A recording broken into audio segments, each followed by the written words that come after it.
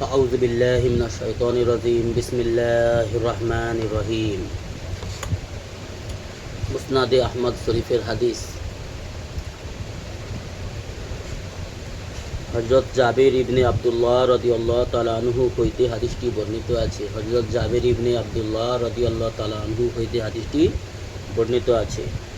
রাসূল পাক সাল্লাল্লাহু আলাইহি ওয়াসাল্লাম বলতেছেন, রাসূলুল্লাহ সাল্লাল্লাহু আলাইহি ওয়াসাল্লাম বলিয়াছেন, বেহেশতের চাবি হইল নামাজ। বেহেশতের চাবি হইল নামাজ। কে বলিতেছেন? রাসূলুল্লাহ সাল্লাল্লাহু আলাইহি ওয়াসাল্লাম। বেহেশতের চাবি হইল নামাজ, অর্থাৎ সালাত, সাজদা। নামাজ তাকে বলা হয়, সালাত তাকে বলা হয়, সেই জিনিসকে নামাজ বলা হয় যে সাজদাটা আল্লাহর জন্য হয়। আল্লাহর আজমত জেনে, আল্লাহর হক জেনে, আল্লাহকে আল্লাহ জেনে, আল্লাহকে আপন রব জেনে, পালনকর্তা, সৃষ্টিকর্তা, মত দেওয়ার মালিক, মত দাতা, মৃত্যুদাতা জেনে আল্লাহর কাছে দণ্ডায়মান হতে হবে, এই চিন্তা চেতনা নিয়ে, এই ভয় ভীতি নিয়ে আল্লাহর কাছে সেজদা করা তাকে বলা হয় সালাত। তো রাসূলুল্লাহ সাল্লাল্লাহু আলাইহি ওয়াসাল্লাম বলিয়াছেন, বেহেশতের চাবি হইল নামাজ, আর নামাজের চাবি হইল উযু। নামাজ যেমনভাবে আল্লাহ সুবহানাহু ওয়া তাআলা 5 ওয়াক্ত প্রত্যেক মুসলমান মুমিনদের জন্য ফরজ করিয়াছেন, তেমনভাবেই নামাজের পূর্বে উযু ফরজ করিয়াছেন। উযু ফরজ। নামাজ আল্লাহ সুবহানাহু ওয়া তাআলার কাছে কবুলিয়াতের জন্য, আল্লাহ সুবহানাহু ওয়া তাআলার কাছে কবুলিয়াতের যোগ্য, গ্রহণযোগ্য হওয়ার জন্য নামাজ আদায় করিতে হইলে নামাজের ভিতরে 13টি ফরজ রহিয়াছে। বাইরে ভেতরে করে মিলিয়া 13টি ফরজ রহিয়াছে। 13টির মধ্যে যদি কোনো একটি ইচ্ছাকৃতভাবে ছাড়িয়া দেওয়া হয়, সেটা যদি আদায় না করা হয়, তাহলে নামাজ আনকমপ্লিট, পরিপূর্ণ হবে না। আল্লাহ সুবহানাহু ওয়া তাআলার কাছে নামাজ গ্রহণযোগ্য হবে না।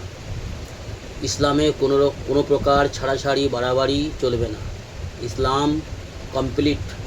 আল্লাহ সুবহানাহু ওয়া তাআলা আমাদের নবী, দোজাহানের বাদশাহ মুহাম্মদুর রাসূলুল্লাহ সাল্লাল্লাহু আলাইহি ওয়াসাল্লামের উপর দ্বীন ইসলামকে মোকাম্মল করেছেন, কামিল করে দিয়েছেন, কমপ্লিট করে দিয়েছেন।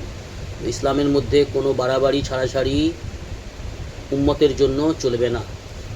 কেউ যদি জোহরের 4 রাকাত ফরজ নামাজ বা ইশার 4 রাকাত ফরজ নামাজ বা কোনো রকম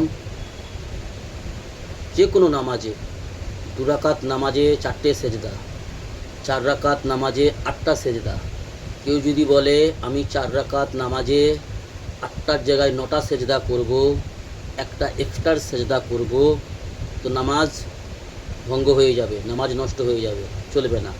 কেউ যদি ইচ্ছাকৃতভাবে একটা সেজদা বেশি করে, নামাজ হবে না। কেউ যদি একটা সেজদা কম করে, তাতেও নামাজ হবে না। দ্বীন ইসলাম কমপ্লিট, অর্থাৎ পরিপূর্ণ দ্বীন ইসলাম করে দেওয়া হয়েছে। যতটা বলা হয়েছে, যেইভাবে বলা হয়েছে, সেইভাবেই পালন করতে হবে আল্লাহর আজমতের সহিত। তো নামাজের মধ্যে 13টা ফরজ রহিয়াছে। 13টা ফরজ জানিয়া বুঝিয়া আমল করতে হবে, মেনে চলতে হবে। নামাজের মধ্যে 13টা ফরজ,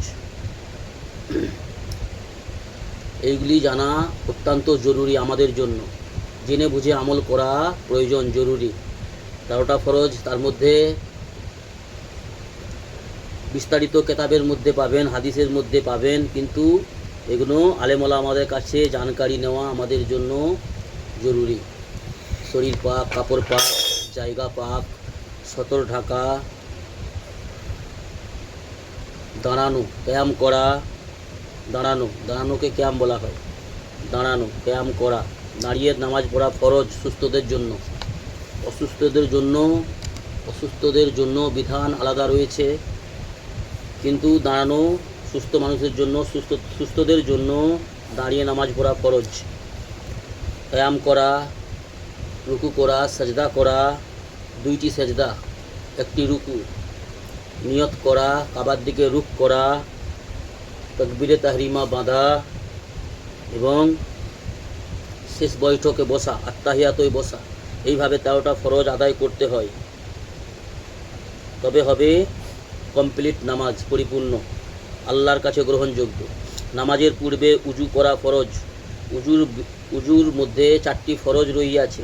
4টি ফরজকে ফরজ জানিয়া রাসূল সাল্লাল্লাহু আলাইহি ওয়াসাল্লামের সুন্নত তরিকায় উজু কমপ্লিট করতে হবে। 4টি ফরজ উজুর মধ্যে আদায় করতে হবে, নতুবা উজু হবে না। উজু যদি না কমপ্লিট হয়, পরিপূর্ণ হয়, তাহলে নামাজ আনকমপ্লিট হবে। উজুর 4টি ফরজ, তার মধ্যে 1 নম্বর মুখমণ্ডল ধৌত করা,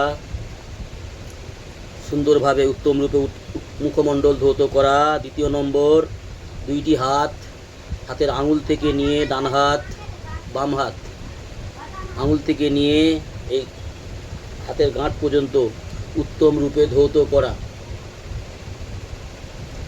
3 নম্বর মাথা মশওয়া করা, মাথায় পানি লাগানো 4 ভাগের 1 ভাগ ফরজ। 4 নম্বর পায়ের 2টি পা, ডান পা প্রথমে, বাম পা তারপরে। পায়ের নখ থেকে নিয়ে, আঙুলের নখ থেকে নিয়ে পায়ের গিরা পর্যন্ত, গাঁট পর্যন্ত উত্তম রূপে ডান পা ও বাম পা 2টি পা উত্তম রূপে ধৌত করা উজুর ফরজ। এইগুলি জানিয়া বুঝিয়া উত্তম রূপে সুন্নত তরিকায় আদায় করলে তবে হবে উজু কমপ্লিট এবং উজুর পরে নামাজ সুন্দরভাবে আদায় করা। ইসলামের ব্যাপারে, সুন্নতের ব্যাপারে সঠিকভাবে ইলম অর্জন করা, জ্ঞান অর্জন করা, জানকারি হাসিল করা এবং সেই মোতাবিক আমল করা আল্লাহ সুবহানাহু ওয়া তাআলা ফরজ করিয়াছেন। এইভাবে যদি আমরা সালাত আদায় করি, তাতে করে আল্লাহ বড় সন্তুষ্ট হবে, খুশি হবে এবং আমরা লাভবান হতে পারবো। রাসূল সাল্লাল্লাহু আলাইহি ওয়াসাল্লাম খুশি হবে। জি।